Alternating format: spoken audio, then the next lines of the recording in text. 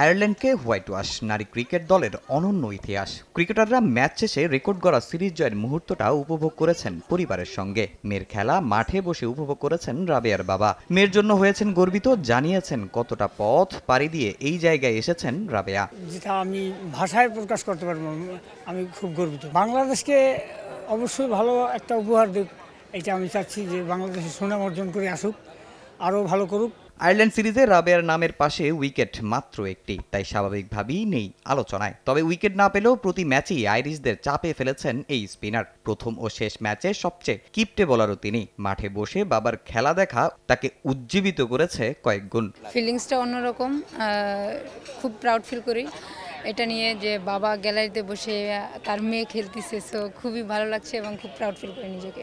বিকেএসপিতে যখন রেগুলার ছিলাম তো তখন থেকেই আমার জিদ ছিল যে বাংলাদেশকে যত তাড়াতাড়ি যতদূর নেওয়া যায়। সো আমি চেষ্টা করতেছি এবং টিমকে যেভাবে হেল্প করার তো হেল্প করতেছি, এবং আমার দায়িত্ব এটা বাংলাদেশের হয়ে, টিমের হয়ে। সো আমাকে পারফর্ম করতে হবে এবং টিমকে যত দূর নেওয়া যায় সো আমার এটা করতেই হবে। অর্ধেক পাউডারে দ্বিগুণ উজ্জ্বলতা, নতুন রিন অ্যাডভান্সড অর্ধেক পাউডারে দ্বিগুণ উজ্জ্বলতা।